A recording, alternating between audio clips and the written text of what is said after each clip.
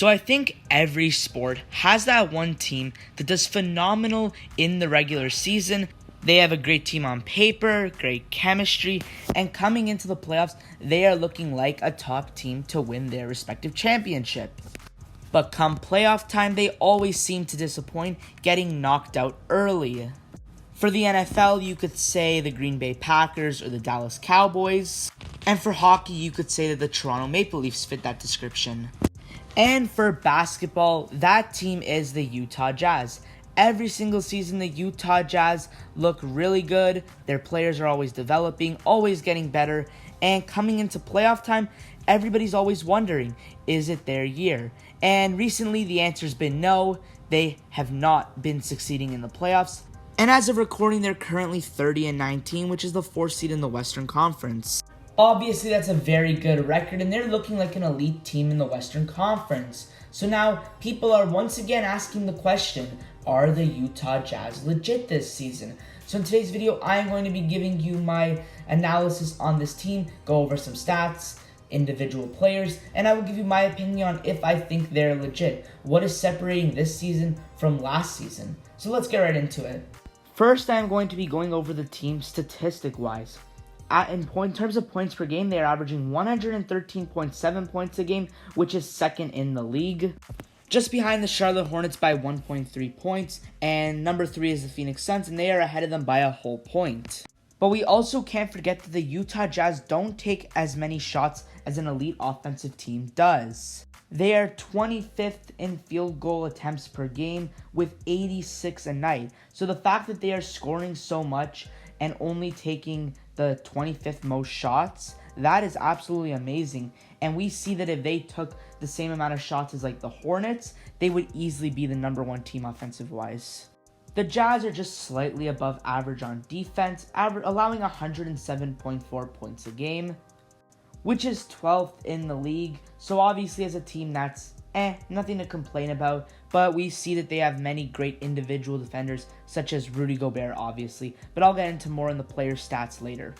In terms of rebounding, the Jazz are 8th in the league, which, like I said, they have many great rebounders. They're only 27th in the league in assists per game, which is pretty bad. They're averaging 22 assists a game.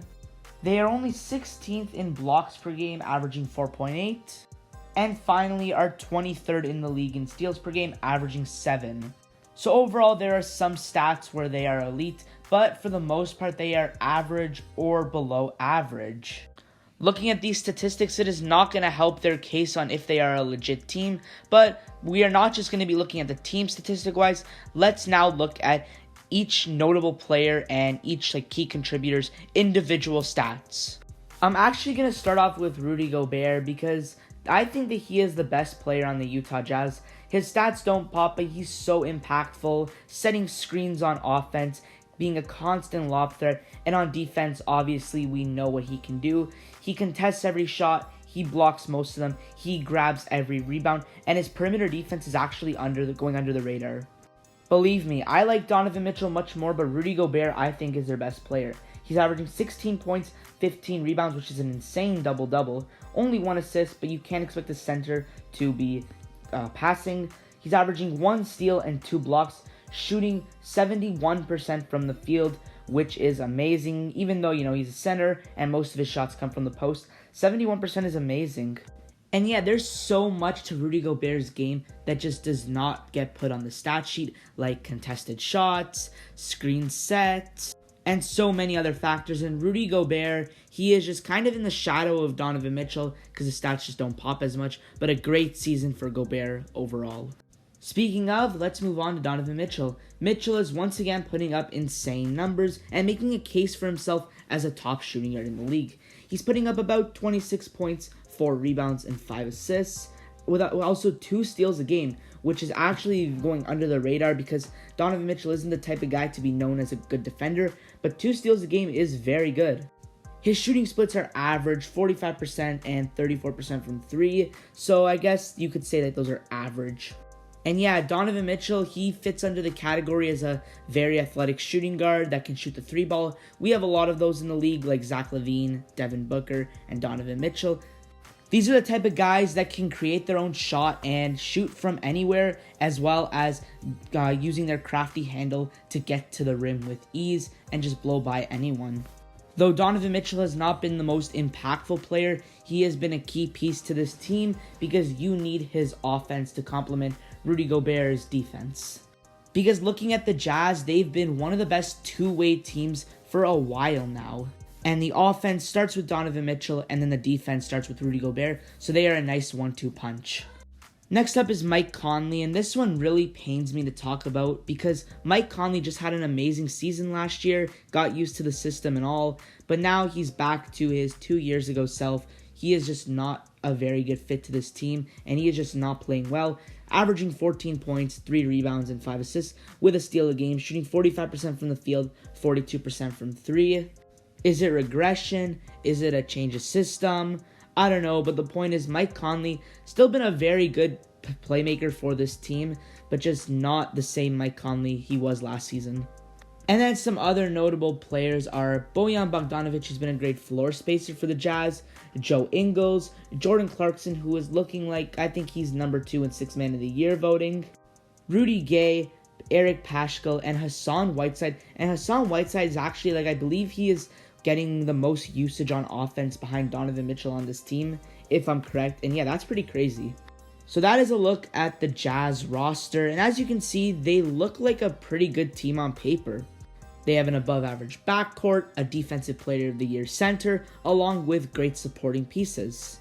So deciding whether or not they are legit this season is literally all up to opinion because they're playing exactly like they were last season and exactly like they were the season before, and they always just come short. It really just depends on if I think personally if this season is different. And maybe you guys saw this coming, maybe you didn't, but I say no, the Utah Jazz are not legit. They started off the season so hot, and recently they've been losing a good amount of their games. Individual stats are not hurting them because they have a lot of great productive players, but also you have to put into consideration, like I just said, they've been losing most of their games. Well, not losing most of their games, but comparing their last 20 games to their first 20 games, they're playing much, much worse. Like you can see, I have a stat right here. The Utah Jazz are 9-11 in their last 20 games, and considering they have 19 losses, that means that they've obviously been on a slump. So if this slump stays and they become the 5th or the 6th seed, all hope is gone for them. But even if they do pick it up, they have to go up against the Warriors, Suns, and Grizzlies at some point in the playoffs, and all of those teams, in my opinion, are significantly better than them. Suns and the Warriors were obviously always better than them, but the Memphis Grizzlies, I actually made a video on it talking about why they're so good. So due to the Utah Jazz recent struggles, plus how good the Western Conference is, I do not see the Jazz getting to the Western Conference Finals. They're a great team on paper and they have great chemistry, but just something's been off for this team. I think they are going to remain as the 4 seed because the West isn't that deep aside from the top 3 teams plus the Jazz. And come playoffs, when they have to play the 5th seed, I think they're going to win. But then when they have to face the Warriors, Suns, and Jazz, any of them, they are not going to win in a 7-game series. Their defense is great, but come playoff time, I don't think they have the key defenders that can guard Steph Curry, Chris Paul, Devin Booker, or Ja Morant because they don't have a true guard that knows how to really play above average defense. So that is going to wrap up this video, guys, on why I think the Utah Jazz are not legit this season. They're a good team, but compared to the other West, plus they've been struggling recently, I do not expect them to go far at all on this playoffs. And yeah, I really hope you guys enjoyed. Be sure to subscribe, and I'll see you in the next video.